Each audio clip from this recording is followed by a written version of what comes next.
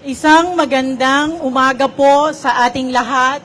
Sa araw po na ito, ang ating pagtataas ng watawat ng Pilipinas ay pangungunahan po ng tanggapan ng ating butihing Vice Alcalde, ng miyembro ng ating sangguniang panglungsod, sa pangunguna po ng ating mga kagalang-galang na mga konsehal sa ating syudad. Hinihiling po namin sa lahat na manatili po tayong nakatindig para po sa ating isang panalangin, at ito po ay susundan ng Philippine National Anthem, at pagkatapos po ay ang panunumpa ng katapatan sa atin pong watawat ng Pilipinas. Tayo po ay magpapasimula na.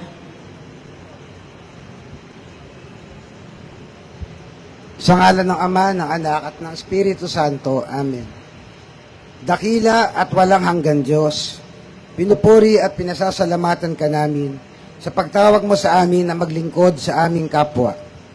Ibigay mo sa amin ang iyong banal na awa at gawin mo kaming sisidlan ng iyong biyaya upang mahipo ang buhay na aming mga kababayan at maging karapat-dapat sa iyong pagmamahal. Tulungan mo po kaming maging karapat-dapat sa iyong tiwala upang maging instrumento ng kapayapaan at pag-asa para sa lahat. Hinihiling din po namin sa inyo na pagalingin ang aming bayan at bigyan niyo po kami ng sapat na lakas upang magampanan namin ng tama ang aming mga tungkulin. Panginoon, pagpalain po ninyo ang bawat kawani at mga opisyal ng lungsod ng Maynila sa pangunguna ng aming butihing alkalde at vice alkalde, ganun din po ang mga miyembro ng sangguniang panglungsod na naririto po 10 ng kanilang pamilya na patuloy niyo po kami pagkalooban ng magandang kalusugan, kaligtasan at kapayapaan sa araw-araw. Panginoon, nagpapasalamat kami sa lahat ng mga biyayang ibinibigay mo sa bawat isa sa amin. Nangangako kami na gagamitin namin ito nang naaayon para sa iyong kaluwalhatian. Sa ngalan ni Jesus, idinadalangin po namin ito ng may buong pagmamahal at pasasalamat. Amen. Sa ngalan ng Ama, ng Anak, at ng Espiritu Santo. Amen.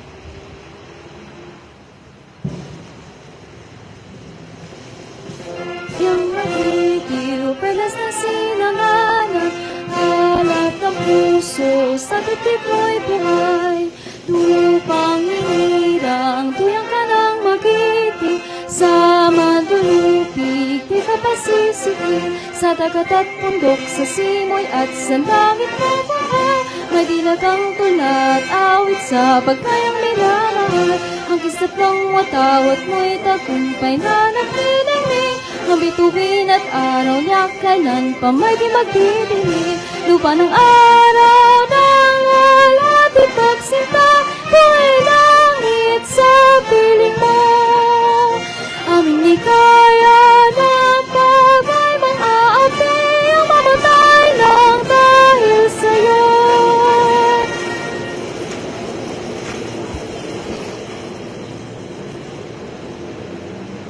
Itaas po natin ang ating kanang kamay para po sa panunumpa ng katapatan sa watawat ng Pilipinas. Ako'y Pilipino, buong katapatang nanunumpa sa watawat ng Pilipinas at sa bansang kanyang sinasagisag, na may dangal, katarungan at kalayaan na ipinakikilos ng sambayan ng makadiyos, makatao, makakalikasan at makabansa.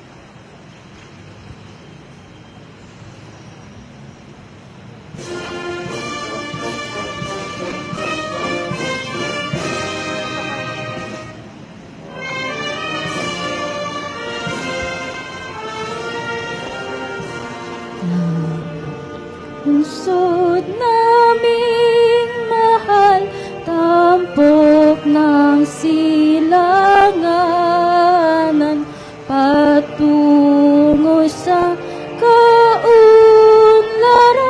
at kaligayahan. Nasa kanya ang pangarap, dunong lakas pag-unlad.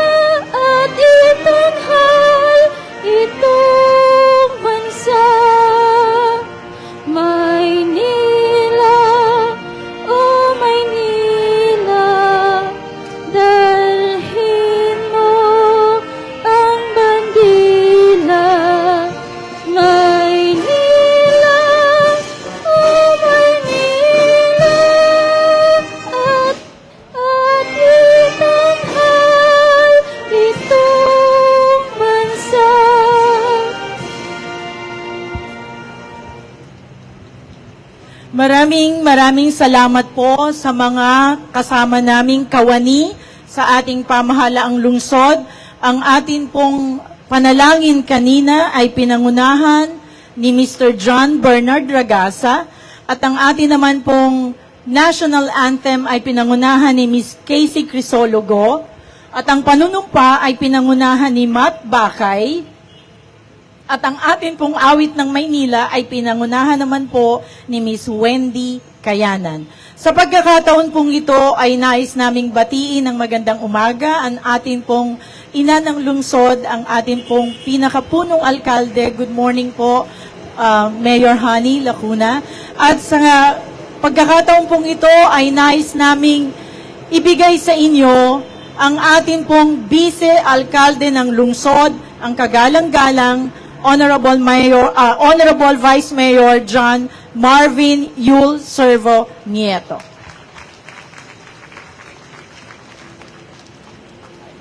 Mayor Hani Lacuna Pangan, mga konsehal, mga direktor ng bawat departamento, at aking mga kapwa lingkod bayang Batang Maynila, isang maganda at mapagpalang araw po sa inyong lahat.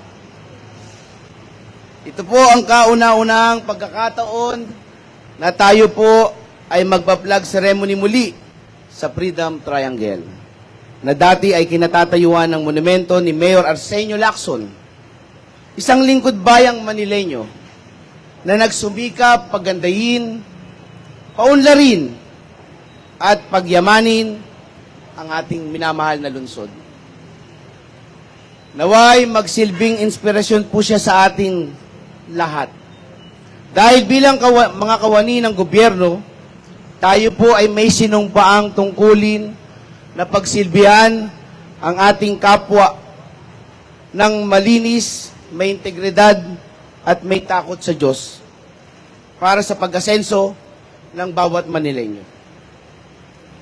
Bukas na rin po ang selebrasyon ng Pista ng Itim na Poong Nazareno. Sana po ay pagdasal po natin na lahat ang ligtas na payapang selebrasyon nito.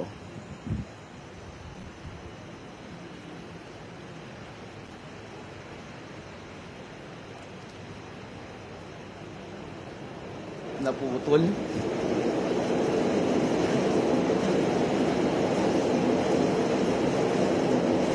Alam niyo po, ang City Council po ay Teka lang Pasensya na po mga kasama.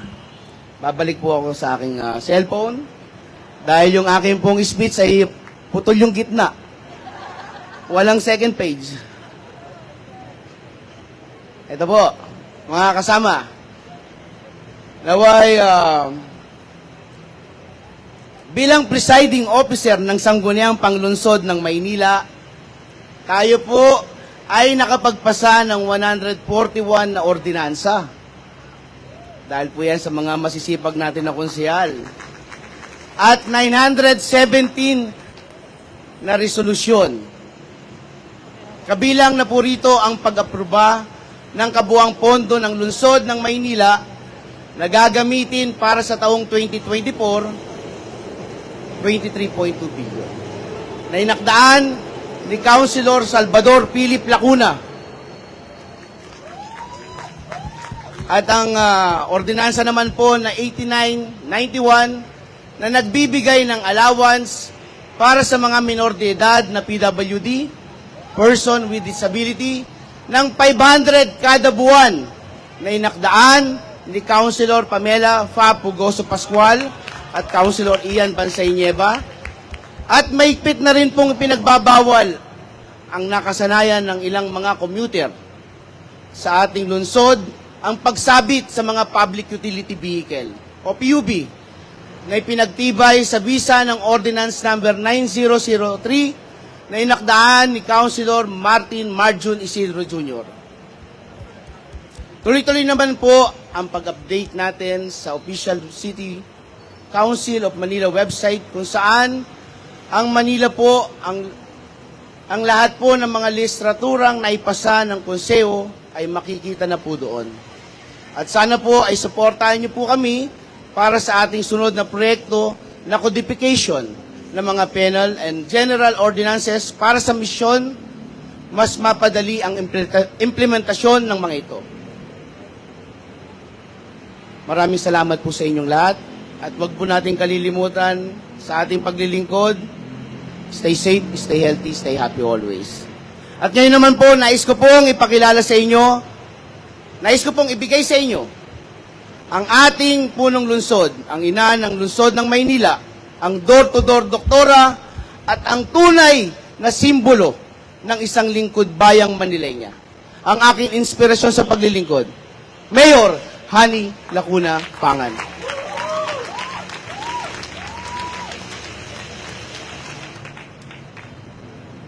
Maraming salamat sa aking partner, Vice Mayor Yul Servonieto.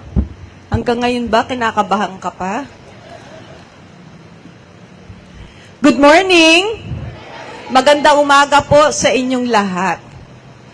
Alam niyo po ang aking pasasalamat sa Sangguniang Panlunsod ng Maynila, syempre sa pangunguna ng ating butihing Vice Mayor Yul Servonieto, 10 po ng lahat ng mga konsihal. Dahil kanila pong ipinasa ang pinakamahalagang ordinansa noong nakaraang 2023, ang atin pong executive budget for the year 2024. Bakit po ito pinakamahalaga?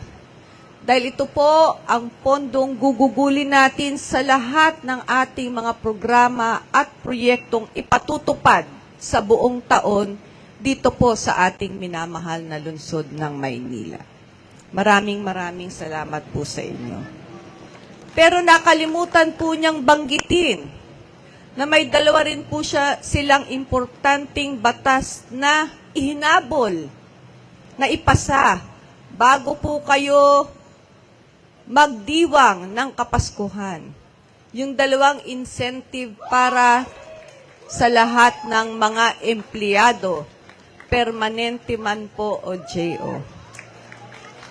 Ang sabi po ng ating City Treasurer's Office sa araw na ito, tama ba, Ma'am Jazz? Ayan ka na naman, Roma. Sa araw na ito, ay maaari nyo nang matanggap ang inyong mga incentive. Maraming salamat, City Treasurer's Office. Kasama ako dyan, ha?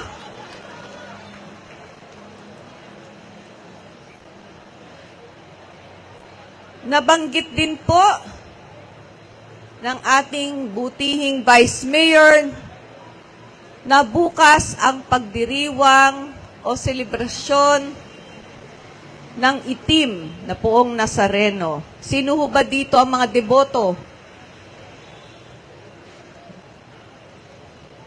Sa mga deboto po at sa mga dadayo para sa kapistahan ng Quiapo o ng Poong Nazareno, kung maaari po, at sa mga nanunood sa ating lingguang pagtataas ng watawat, ang amin pong mahigpit na pakiusap sa lahat ng ating kababayan, mga Manilenyo man o mga kalapit na lungsod at bayan, sana po ay tumugon kayo sa mga panuntunan gusto nating ipatupad nang sa gayon ang atin pong pagdiriwang ng kapistahan ng Poong Nazareno ay maging banal, ligtas, at maayos.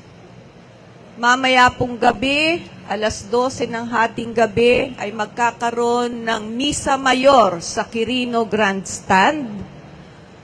At patuloy pa rin po ang ginaganap na pahalik. Nagsimula po nung Sabado at magtatapos po bukas.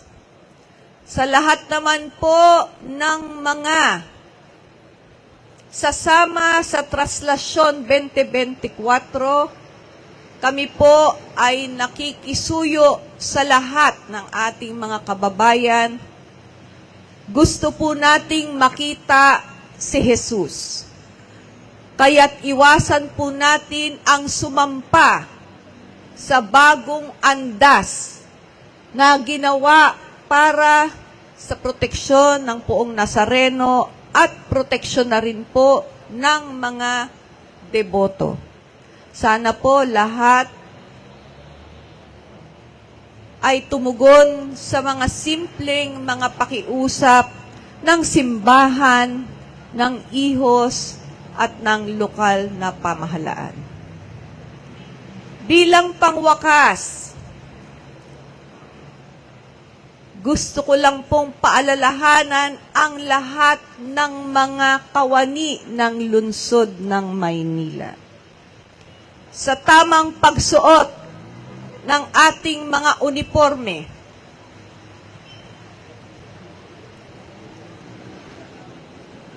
baka po nakakalimutan ninyo, ang maong po ay hindi kasama sa uniforme nating lahat. Paalala ko lamang pong muli, mukhang marami po ang nakakalimot sa tamang uniforme ng mga lingkod bayan at kawani ng City Hall. Ang tama pong uniforme ay itim o blue na pantalon, hindi po maong, hindi po rubber shoes.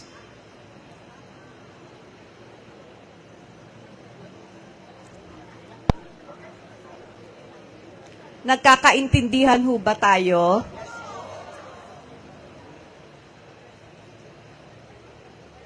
Muli po, ipakita po natin sa ating mga kapwa Manilenyo ang tama at tapat na paglilingkod at sana po ay sabay-sabay nating ipanalangin na bukas ay magiging banal, ligtas at maayos ang pagdiriwang ng kapistahan ng poong Nazareno.